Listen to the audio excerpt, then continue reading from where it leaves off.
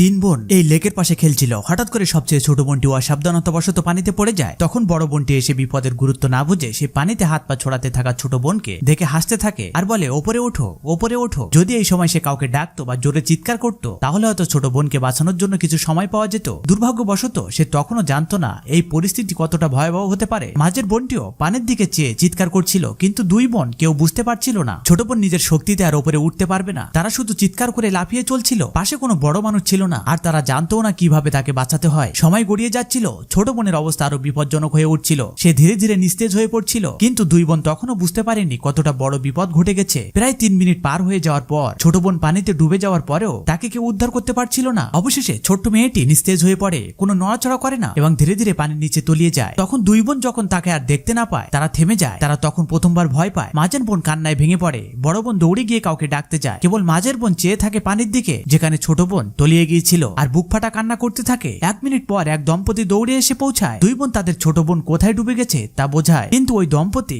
সাঁতার জানতো না, তাই তারা কিছুই করতে পারছিল না। আরো কিছু সময় পার হয়ে যায় আর ছোট্ট মেয়েটির জন্য প্রতিটি সেকেন্ড ছিল জীবন মরণ প্রশ্ন। ঠিক তখনই এক দাদু দৌড়ে এসে চিৎকার শুনে ঘটনা জানতে চান। তিনি কোনো কথা না বলে জামা খুলে, ভাগ্যক্রমে পানি খুব গভীর ছিল না। অনেক খোঁজাখুঁজির পর তিনি অবশেষে ছোট্ট মেয়েটিকে খুঁজে পান এবং তাকে উদ্ধার করে তীরে নিয়ে আসেন।